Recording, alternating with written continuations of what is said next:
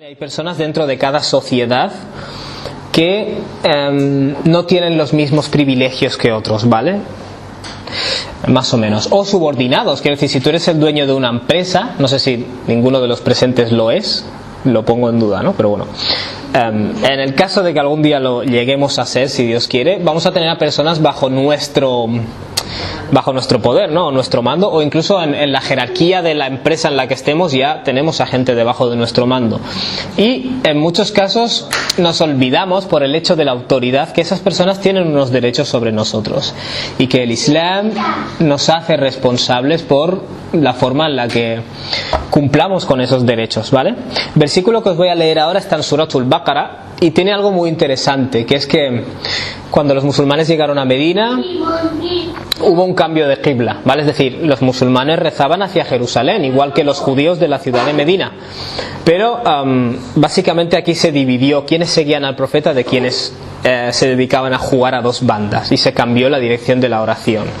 Entonces, claro, fijaos que los musulmanes rezaban hacia Jerusalén, que sí, es un templo de profetas, pero lo que hizo Dios es dirigir la oración hacia la Meca, que es un templo fundado por Abraham, que es ancestro de los profetas, ¿no? Y claro, algunos de los judíos empezaron a decir, pero vaya tontería, ¿cómo se os ocurre cambiar la qibla? ¿Cómo habéis podido? Bla, bla, bla. Lo correcto es rezar hacia ahí. Entonces, en este versículo interesante, Dios dice, «Laysa al-birra an tuwallu wujuhakum qibala al-mashriqi wal-maghrib». La rectitud no consiste en que dirijáis vuestros rostros hacia oriente o hacia occidente. Dicho de otra forma, es cierto que estos rituales tienen su importancia, pero no son la base de lo que es la persona. Muchas de las personas que se quejaban, si lo quieres decir así, de este cambio de qibla, eran horribles como personas. Quiere decir, y tal y como se describen en el Corán, había una constante lucha de poderes, ¿vale? Y eso ocurre mucho en la religión y ocurre mucho con los musulmanes. Personas que tienen cierto poder religioso, bueno, pues hay una rivalidad por mantener ese monopolio. Y en este caso, ahora que llegó el profeta Muhammad, que encima era árabe y no era como ellos, era como una especie de competidor o alguien que les quería robar la clientela. Entonces, ¿qué ocurre?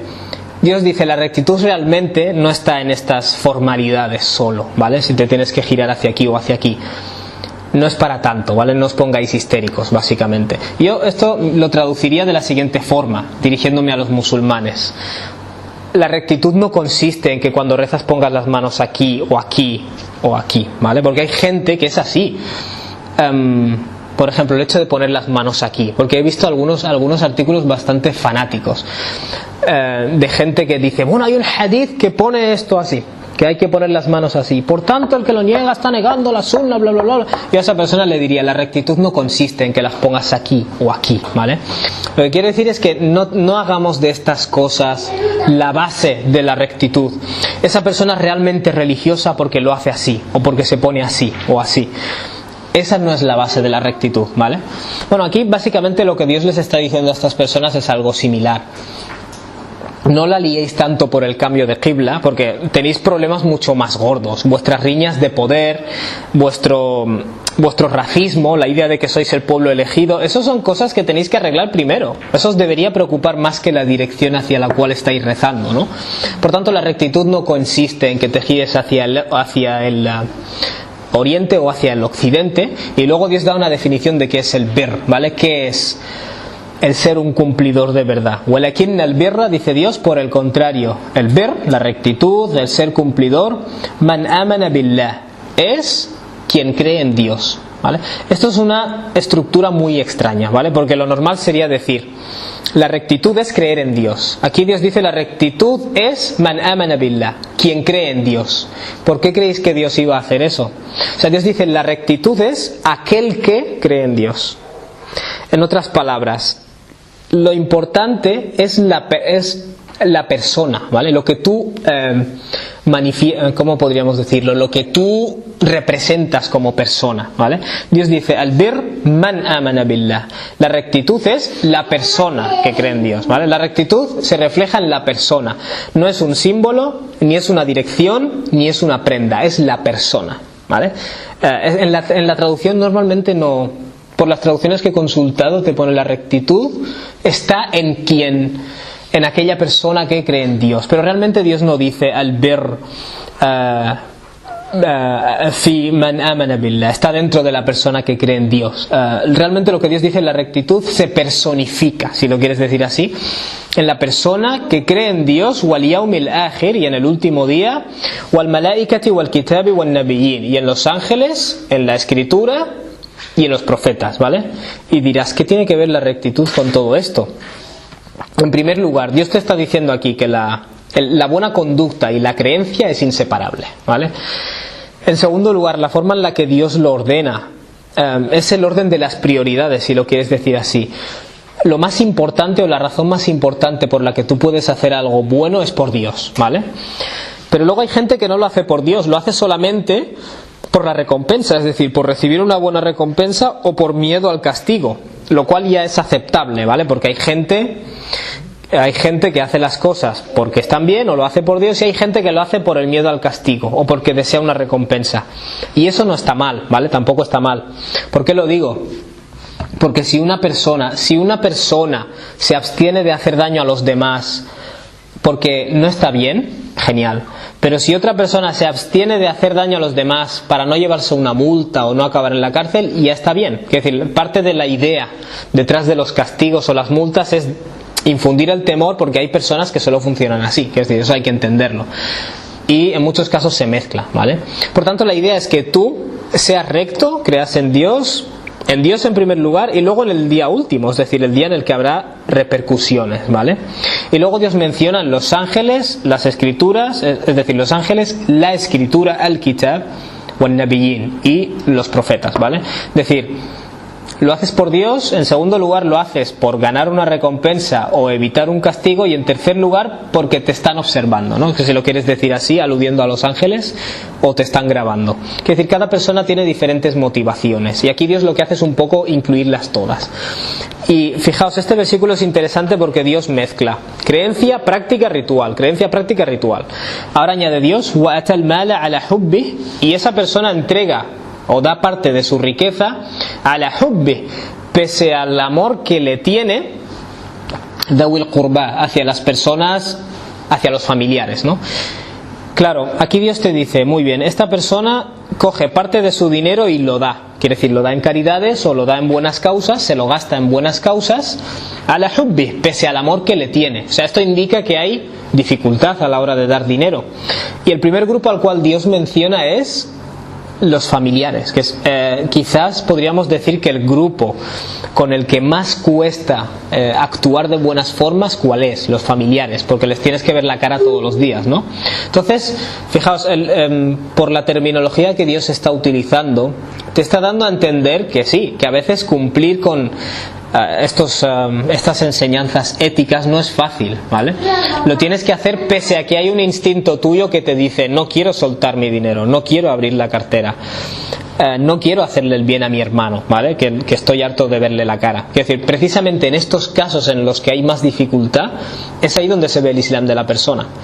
Y la gente que tiende a decir, no, es importante que te gires así, que te pongas esta prenda, que te pongas esto, que tengas el tamaño, generalmente esa es la gente que se da cuenta de lo difícil que es practicar toda la ética del Islam, y lo que hace es, incluso subconscientemente, dejar todo eso de lado y aferrarse a estas cosas externas, ¿vale? O estas cosas triviales. ¿Qué es lo que les pasaba a Bani Israel en la ciudad de Medina? Es decir, ellos hicieron un gran lío o hicieron un gran follón con el tema este del cambio de qibla. Sin embargo, no hicieron un gran follón con el racismo que habían introducido en la religión. Quiero decir, eso sí que es algo grave, ¿no? Eso es algo grave por consenso, nadie lo pone en duda, pero sin embargo eres capaz de hacerlo, ¿vale? En muchos casos la comunidad musulmana hacemos cosas parecidas. Por ejemplo, no quisiera dar ningún ejemplo controvertido, pero hay veces que, por ejemplo, por poner un ejemplo, si en la mezquita entra un hombre un poco afeminado, ¿vale? Toda la gente, astaghfirullah, astaghfirullah, astaghfirullah, astaghfirullah. La persona, assalamu alaikum, tal, es una persona normal que tiene esto, bueno, pues ya está, tiene esta pluma. Y la gente lo convierte en un gran tema de controversia. Es halal, es haram, debería entrar, no entrar, bla, bla, bla. Cuando realmente a ti qué te importa. Quiere decir, con todas las cosas injustas que están ocurriendo dentro de esa misma mezquita. Tú puedes entrar en una mezquita, ver que las mujeres están enjauladas detrás, pero nadie habla de eso, a nadie le importa. Pero cuando viene alguien con un poco de pluma, lo convertimos en un gran follón. Es decir, no hay una proporción, realmente no es la justicia lo que nos importa es la identidad, ¿vale? Es decir, como esto de enjaular a las mujeres lo hemos hecho toda la vida, da igual, pero esto de ver a alguien con pluma es novedoso, ¿no? Lo asociamos a, yo que sé, a Europa o lo que sea. Entonces parece que nuestra identidad está siendo comprometida, y aquí le damos mucha importancia a este tema. Esto es lo que les pasó a esta gente con la qibla. Tienes problemas mucho más grandes en tu comunidad. Es decir, ¿qué es más grave? ¿Poner las manos así o el racismo? ¿Qué es más grave? Pero sin embargo cogemos el racismo y estas cosas que ya hemos institucionalizado y les quitamos hierro al asunto, ¿vale? O sea, eso es básicamente el sabor que te está dejando este versículo. La rectitud no consiste solo en las formalidades externas, ¿vale? Si realmente quieres ser piadoso, como pretendes, céntrate primero en las cuestiones justas. Dar dinero pese al amor que le tienes a tus familiares. Es decir, esto es muy de cajón realmente. No te centres tanto en el qibla y el tamaño de esto y lo otro, que dejes de hacer las cosas básicas, ¿vale? Como Suratul Ma'un, Dios dice وَيَمْنَعُونَ الْمَعُونَ, y se olvidan de dar la ayuda más mínima, es decir, lo más mínimo. En fin, luego Dios añade وَالْيَتَامَ وَالْمَسَاكِينَ وَابْنَ السَّبِيلِ, y es decir, estábamos diciendo que le das dinero pese al amor que le tienes a los familiares cercanos, y luego a los huérfanos. Y como hemos dicho antes, el huérfano es la persona que no está siendo protegida por ninguna institución, ¿vale? Especialmente en una sociedad tribal, el huérfano no tiene quien responda por él, ¿vale? Si en una sociedad tribal a mí alguien me daña, mi tribu va a ir y se van a liar a puñetazos, quizás durante siglos, cosa que tampoco está bien, pero al menos tengo a alguien que me defienda. Pero el huérfano es el que no tiene a quien le defienda, ¿vale? Luego Dios dice que también le das al masakin, a los pobres, y quedaos con esto, a los necesitados, wabn as-sabil, y a las personas que están de viaje. Si yo me encuentro una persona de viaje, que está de viaje y necesita dinero para el metro o para un autobús, se lo doy, ¿vale? Que de nuevo aquí entra la otra gran pregunta. Hay mucha gente que te dice dame €1 para el autobús, y probablemente no lo quiere para el autobús. Entonces, ¿qué haces? Claro, dices, como musulmán no voy a juzgar su interior, le voy a dar el dinero. Yo imagino que eso es lo ideal, ¿no? Pero hay casos en los que se ve claramente pues que esa persona no quiere el dinero para un autobús, ¿no? Que si te viene alguien con una evidencia muy clara, ¿no? No, que los coja, que me da igual. Ah, no puede, anda. Ahí ya no me meto, tú. Eso no puedes comer.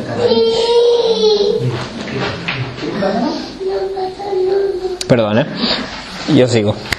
Entonces eso, no sé qué estaba diciendo. Ah, vale, si te viene alguien y te dice dame €1 para el autobús, y yo qué sé, lleva una jeringuilla colgando o va con un brick de vino, vale, ya te lo puedes imaginar, ¿no? Para qué lo quiere, pero a menos que sea muy evidente, supongo que no deberíamos juzgar el interior de las personas, ¿no? Pero de nuevo, estas son esas cosas que no hay un fatwa. Si huele a partir de tanta cantidad de mal olor a alcohol, no le des dinero. Si huele menos, sí. No hay una cantidad estipulada. Eres tú el que va a tener que analizar la situación. Entonces la cosa es esa. Le das dinero al huérfano, al pobre y al que está viajando, y luego Dios dice wasa'ilin, y a los que piden, ¿vale? La idea es, ¿por qué Dios menciona a los necesitados y luego te menciona a los que piden? Porque hay un tipo de personas que son necesitadas pero no están pidiendo, ¿vale? Pero tú sabes que son necesitadas. Hay gente en tu familia o gente que conoces que sabes que está pasando por una mala época.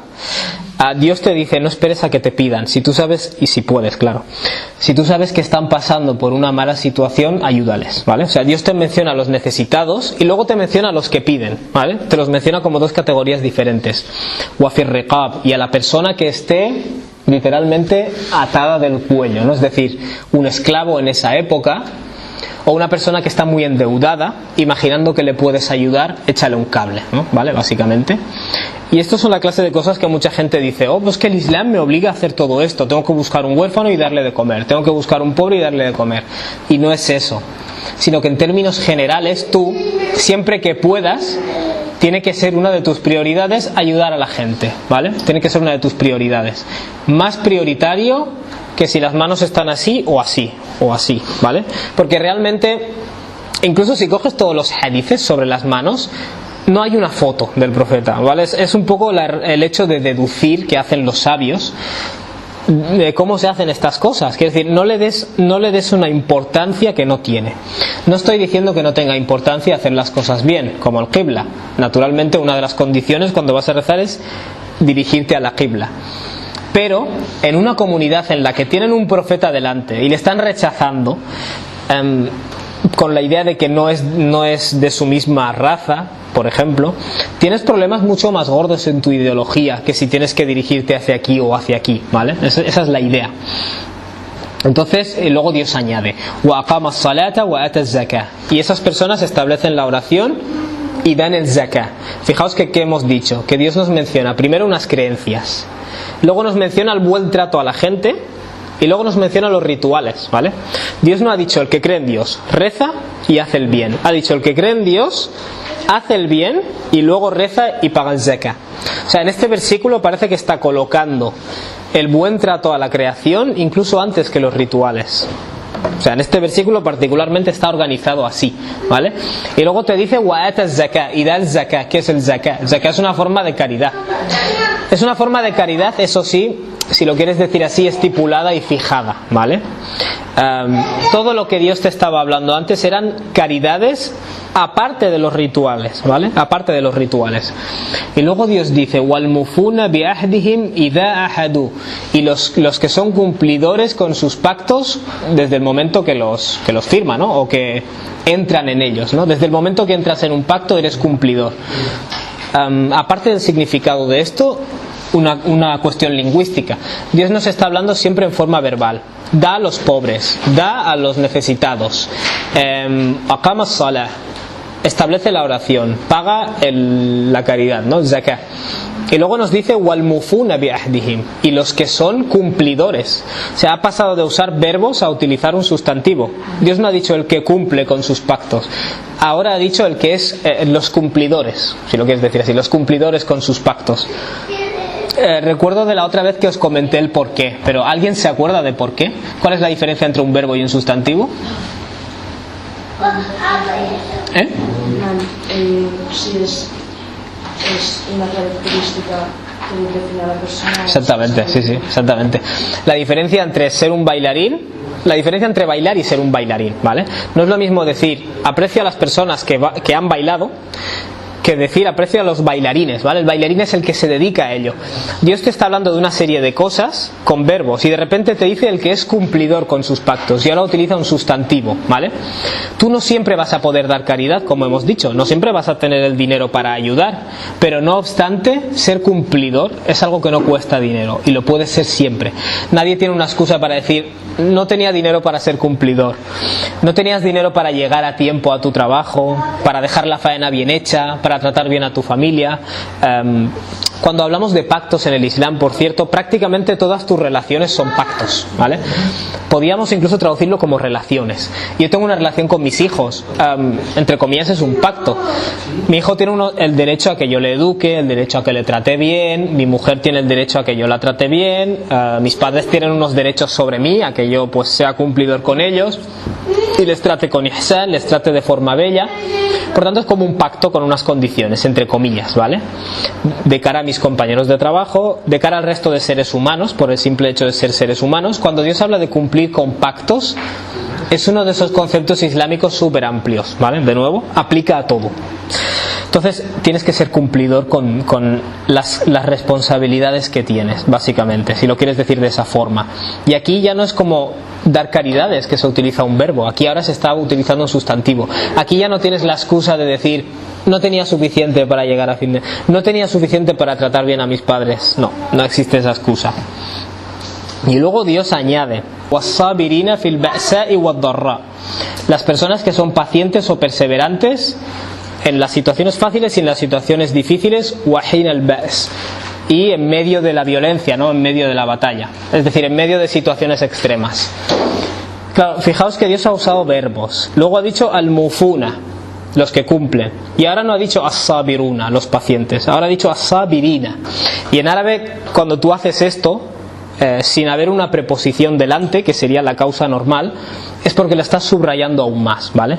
Si yo te digo al-mufuna bi'ahdihim was-sabiruna, las personas que cumplen con sus pactos y los que son pacientes, ¿vale? Pero en este caso Dios ha dicho as-sabirina. Está subrayando un paso más, ¿vale? Es decir, las personas que son perseverantes en el transcurso de todas estas cosas, ¿vale? La idea es la siguiente: cuando tú vas a hacer el bien te encuentras con obstáculos, ¿no? En la vida, podríamos decir, o cosas que no te lo permiten hacer fácil. Y entonces, cuando Dios va a hablar de la persistencia, tienes que persistir en hacer estas cosas correctas, te lo subraya al doble. La idea es que cuando se trata de la persistencia, tienes que tenerlo extra claro, ¿vale? Por eso Dios cambia el caso, ¿no? Bueno, no sé si habéis estudiado latín, alguno de los que estáis aquí. En latín hay... Vale. En latín está el nominativo, genitivo y acusativo. En árabe igual, ¿vale? Pero en árabe tú puedes pasar del nominativo al genitivo, como está haciendo aquí, solo para subrayar que una cosa es más importante, ¿vale? Entonces cuando Dios te habla de la persistencia es para subrayarlo. Y luego Dios concluye diciendo, es una forma de decirte no desistas en todas estas cosas, ¿vale? Porque problemas los vas a tener. Luego Dios finaliza diciendo ulaika alladhina sadaqu. Estos, los que cumplen con esto, los que ayudan a los demás y son cumplidores con sus pactos, que es todo lo que no hacéis vosotros, los que os estáis quejando tanto de la qibla, ulaika alladhina sadaqu. Esas son las personas que realmente han sido veraces, ¿no? O que han sido ¿cómo te lo diría? Que realmente han sido sinceras, ¿no? O veraces. Por ejemplo, si yo te digo, yo me tomo muy en serio el din, yo rezo con las manos así, yo calculo la qibla con una regla geométrica cada vez que voy a rezar, ¿vale? Es decir, tengo todos estos objetos y rituales. Dios dice, el verdadero creyente o el que está siendo veraz, no el de pegatina, sino el de verdad, es el que cumple con estas cosas, ¿vale? Estos, ulaika alladhina sadaqu, son los que realmente, es como si tú le dices a tu mujer, yo te quiero, pero luego actúas como si no la quieres, como si no la quisieras. Las palabras se las lleva el viento, ¿no? Es realmente las acciones las que si tú te quieres presentar como una persona recta y piadosa, la veracidad de eso se refleja en las acciones y ya está. ¿Puedo decir que sura qué haya es? Sí, Suratul Baqara, verso 177. Es muy interesante Suratul Baqara porque la vaca, sura 2, sí. Ah, vale. La vaca, perdón, lo hago inconscientemente. Este sura está hablando precisamente a una comunidad que ya recibió sus profetas, su revelación, ya se institucionalizó, ya todo lo que nos ha pasado a nosotros les pasó a ellos. Entonces hace como este análisis de sus conductas de grupo, individual, es decir, individualmente y colectivamente. Y claro, yo realmente la primera vez que leí el Corán, una traducción bastante penosa por cierto, con 16 años, yo estaba leyendo la comunidad musulmana. Y quiero decir, con 16 años yo decía, pues esto lo hacemos, pues esto lo he visto. Estas riñas de poder las he visto. A un religioso que venía en casa diciendo el otro es un payaso y luego venía así, tal cual. Entonces, eso. Aquí este sura como que tiene muchas lecciones que nosotros tenemos que tomarnos muy en serio. De hecho es gracioso que mucha gente lee esto y dice, ¡ja, los judíos! Aquí Dios no está hablando ni de los judíos ni de los cristianos, está hablando de la especie humana. Es decir, de hecho el profeta alayhi salatu wassalam dijo en varias ocasiones que vais a seguir los pasos de lo que hicieron antes de vosotros. Quiere decir, está claro que somos la misma especie. El mismo deseo de poder que tenían ellos lo tenemos nosotros, el mismo miedo a perder clientela lo tenemos nosotros, ¿no?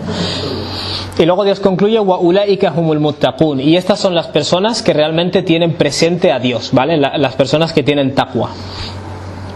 Claro, esta Suratul Baqara, la vaca, ha empezado diciendo, ذلك الكتاب لا ريب فيه, esta es la escritura, no hay duda al respecto. Huda es una guía lilmuttaqin, para las personas que tienen presente a Dios. Ahora Dios te ha enumerado estas características y te ha dicho, estos ulaika hum, son ellos justamente al muttaqun, los que realmente tienen la conciencia de Dios, ¿no? La lección de esto es que sí, los rituales son importantes, pero si realmente quieres ser fiel a tu afirmación de que eres un verdadero creyente, eso se va a reflejar en tu forma de ser, ¿vale? Entonces, en cuanto, ahora pasamos a la sunna, ¿no? al ejemplo del profeta Muhammad. Para los que no lo sepáis, todos estos hadices que cito los estoy cogiendo de una misma colección que se llama Al-Adab al-Mufrad. Es una colección sobre ética islámica, ¿vale? Del Imam al-Bukhari. Yo no tengo conocimiento de que esté. No tengo conocimiento de que esté. Estaría bien que estuviera. El autor, el compilador es Imam al-Bukhari, el mismo autor del Sahih al-Bukhari. Lo único que en esta colección no fue tan crítico de solo voy a incluir lo que me parezca súper auténtico, ¿vale? Por tanto hay unas pocas narraciones más cuestionables. Pero bueno, se han hecho, ¿cómo se dice esto? Autenticaciones, ¿no? Posteriores. La cuestión es que lo que menciono aquí es aceptado como auténtico, ¿no? O Hassan, quiere decir, te puedes fiar mucho. Bueno, Anas ibn Malik, que es una persona, un joven que hizo de sirviente para el profeta. Y un sirviente tenéis que entender que no se está refiriendo a un esclavo, se está refiriendo a una persona que ayuda en las tareas domésticas, ¿vale? Anas ibn Malik, que nos dice, bueno, es un hadith más largo, ¿vale? Yo he cogido este trozo. فَخَدَمْتُهُ فِي السَّفَرِ وَالْحَضَرِ. Yo servía al profeta durante el viaje y mientras estaba en casa de residencia, ¿no? مَقْدَمَهُ الْمَدِينَةَ حَتَّى tuwufí sallallahu alaihi wasallam, desde el momento en el que llegó a la ciudad de Medina hasta el momento en el que murió, es decir, una década más o menos estuve ayudando al profeta en sus tareas. Ma qala li li shay'in sana'tu, nunca me dijo ante cualquier cosa que yo hubiera hecho, lima sana'ta hadha hakadha, ¿por qué hiciste esto de esta forma? Wala qala li li shay'in lam asna'hu, y nunca me dijo en relación a ninguna cosa que no hubiera hecho, ala sana'ta hadha hakadha, ¿por qué no has hecho esto? Básicamente la idea es la siguiente, porque de nuevo aquí hay gente que se toma las cosas muy al pie de la letra. Esto no significa que si tú trabajas en una empresa y tienes un subordinado no le puedas decir, oye, en nuestro contrato figura que tienes que hacer esto y no lo has hecho, ¿vale? Simplemente hay formas de decirlo, ¿vale? No le tratas como si fuera un esclavo, especialmente si no es una persona que se esté portando mal, ¿vale? Entonces, y esto de cara a nuestros hijos, por ejemplo, tenemos mucha tendencia a decirles, ¿por qué no sé qué? ¿Por qué no has hecho esto? ¿Por qué no sé cuánto? Y eso puede llevarse al terreno del abuso, porque la otra persona puede empezar a decir, pues realmente es que no valgo nada, no hago nada bien, lo estoy haciendo todo mal, ¿vale? Entonces es significativo que esta persona te diga, yo le serví 10 años y nunca me recriminó, ¿vale? Esa es la idea. Tú puedes corregir, pero corregir y recriminar son dos cosas diferentes, ¿vale? Y no nos engañemos, a todos se nos va a escapar, ¿vale? Alguna recriminación, pero sin excesos. Y si algún día te pasas, puedes pedir perdón, que no pasa nada, no pasa nada. Hay una cosa interesante, que es que en todas las ciudades, digamos, como hemos dicho, hay una serie de elementos o personas que son rechazadas, ¿no? En la Arabia preislámica eran, por ejemplo, los huérfanos, no tenían tribu, por tanto no tenían quien las protegiera. La mujer, por norma general, ya de por sí era de segunda clase, si lo quieres decir así.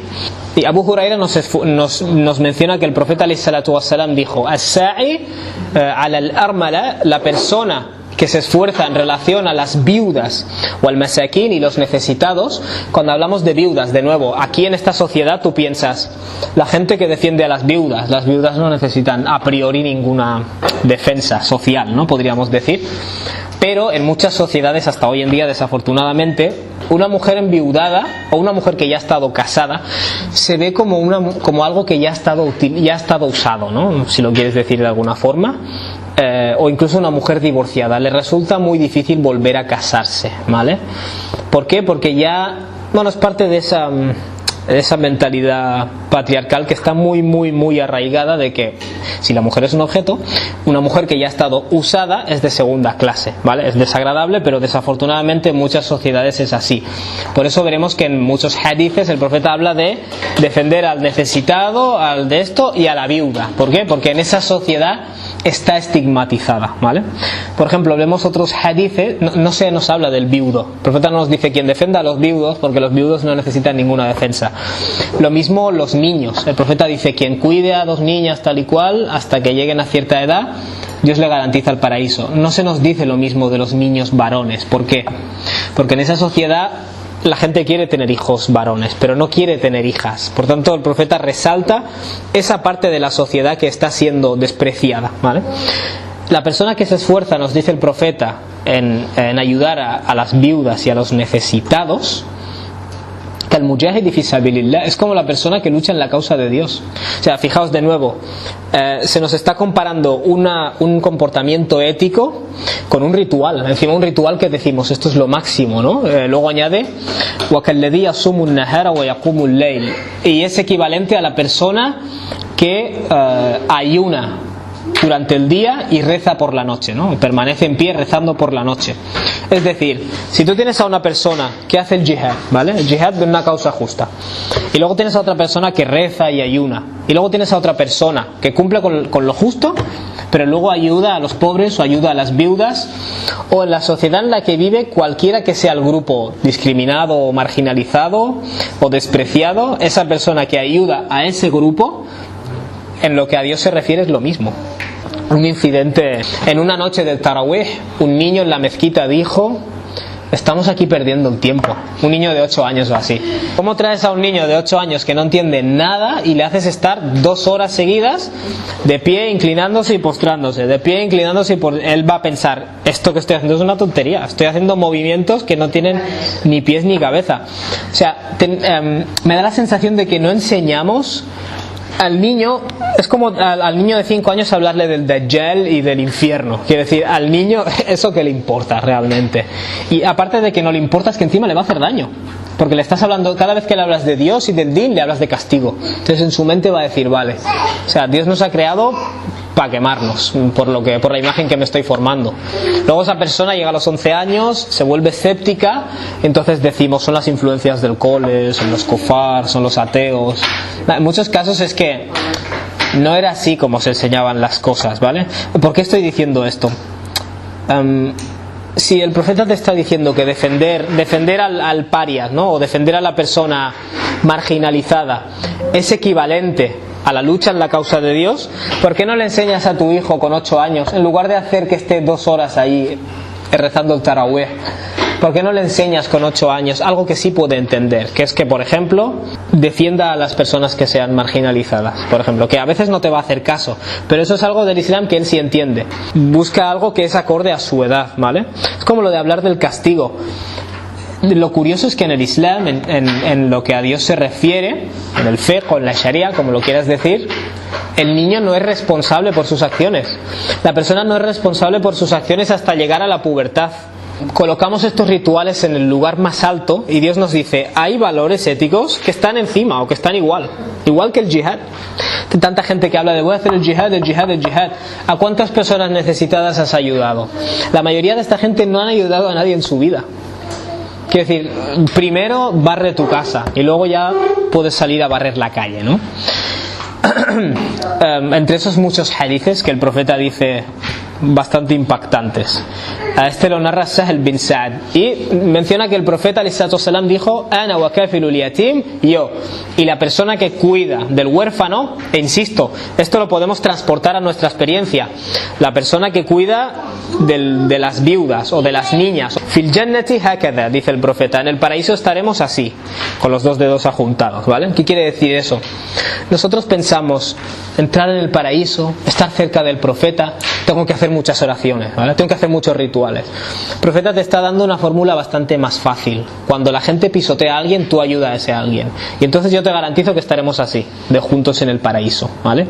Y esto, por cierto, no significa que ahora alguien tenga que decir, bueno, no voy a rezar, voy a apadrinar a un huérfano 10 euros al mes y ya está, y de esta forma estar en el paraíso junto al profeta así. No, si tú cumples con los mínimos, por ejemplo las 5 oraciones estipuladas, y eso se supone que se traduce en que eres mejor persona, ¿vale? Eso es lo que se entiende de estos textos de hadith. Las últimas, os voy a dar un par de hadithes y luego hacemos la pausa. Las últimas palabras del profeta en su lecho de muerte, ¿no? Mientras estaba muriendo, el profeta perdió la conciencia, alayhi salatu wassalam, y la recuperó en varias ocasiones, ¿vale? Y en uno de estos despertares dijo: as-salah, as-salah, decir la oración quiere decir cuidado con la oración, ¿vale? O guardad la oración. Y luego añade ittaqullah, tened presente a Dios, es una forma de decir tened cuidado, fima malakat aymanukum, en relación a aquello que posee vuestra diestra, como hemos dicho antes, aquellos que estén subordinados, las personas desfavorecidas de la sociedad, ¿no? Últimas palabras del profeta: se dedican a la oración, que es lo que te tiene que transformar, y luego se dedican a las personas desfavorecidas. El profeta no perdió la conciencia y dijo la barba, el tamaño de la barba, o perdió la conciencia y dijo las manos así, que no sea aquí. Es decir, porque estas cosas no les quito la importancia que tienen. Lo único que estoy diciendo es que no me puedes poner encima algo que el profeta no me ha puesto en el top 5, ¿vale? Simplemente no alteres tú el orden de las prioridades, ¿vale? Igual que no es igual de haram, yo qué sé, beber con la mano izquierda que matar a alguien, ¿verdad que no es igual de haram? No es el mismo shirk llevar un amuleto que postrarse ante un ídolo, no es lo mismo. Tienen grados, y una de las características de los grupos fanáticos es que no distinguen. Todo lo que es sunna es todo igual, todo lo que está prohibido es todo igual. Y de esa forma, el que comete un pecado así es igual que un asesino, como los Jawarij. Cometes un pecado mayor, eres un kafir, ¿vale? Eso es uno de los grandes errores, no saber priorizar las cosas. Entonces el profeta se despierta y dice la oración y las personas débiles, ¿vale? La oración y las personas débiles, sus últimas palabras. Este último hadith lo he puesto, no está muy relacionado, pero me pareció interesante porque al profeta se le preguntó Ayun nasi akram, ¿cuáles de las personas son más nobles, ¿no? O cuáles son mejores, ¿no? El profeta respondió los de más taqwa. Y la persona que le preguntó dijo no nos referimos a eso. Y el profeta dijo pues el profeta José, ¿no? Y dio un ejemplo. Y la persona le dijo no me refiero a eso. Y el profeta dijo ¿te refieres dentro de los árabes? De nuestra generación, si lo quieres decir así. Sí, me refiero a eso. Y el profeta respondió, esto es un famoso hadith con muchas transmisiones: Fajiyarukum fil jahiliya, los mejores de vosotros en la ignorancia, es decir, antes del Islam. Jiyarukum fil islami idha faqihu, serán los mejores en el Islam, siempre y cuando hayan entendido, ¿vale? ¿Qué quiere decir eso? Las personas antes de convertirse al Islam sabían rezar las 5 oraciones, no. Las personas antes de convertirse al Islam sabían cuánto tenían que pagar de zakah, no. Pero las personas antes del Islam ya sabían que dar de comer al pobre es bueno, que defender al desvalido es bueno, ¿vale? Cuando el profeta te dice los mejores en el jahiliya son los mejores en el Islam, ¿qué significa? Los que ya eran buenas personas, ahora cuando entren en el Islam manteniendo esas características van a ser los mejores musulmanes, ¿vale? A mí me impacta mucho este hadith porque aparte de que indica la justicia del Islam, es decir, el mejor musulmán se debe a características que ya podía tenerlas antes del Islam, ¿vale? No son características que adquieres con el Islam solamente, sino que muchas de ellas, las que se refieren a la ética, son universales. O sea, los que ya eran lo mejor de la sociedad antes del Islam van a ser ahora los mejores. Y da faqihu, dice el profeta, si entienden, ¿no? Si asimilan bien el Islam, ¿vale? Porque al fin y al cabo este es un din, no es una religión de cerebro, ¿no? De entendimiento y de asimilar bien las cosas. Si procesas bien el Islam, si no te conviertes en un ritualista fanático que solo le importa lo externo, si entiendes bien este din y ya eras de lo mejor antes del Islam, ahora vas a ser de lo mejor también.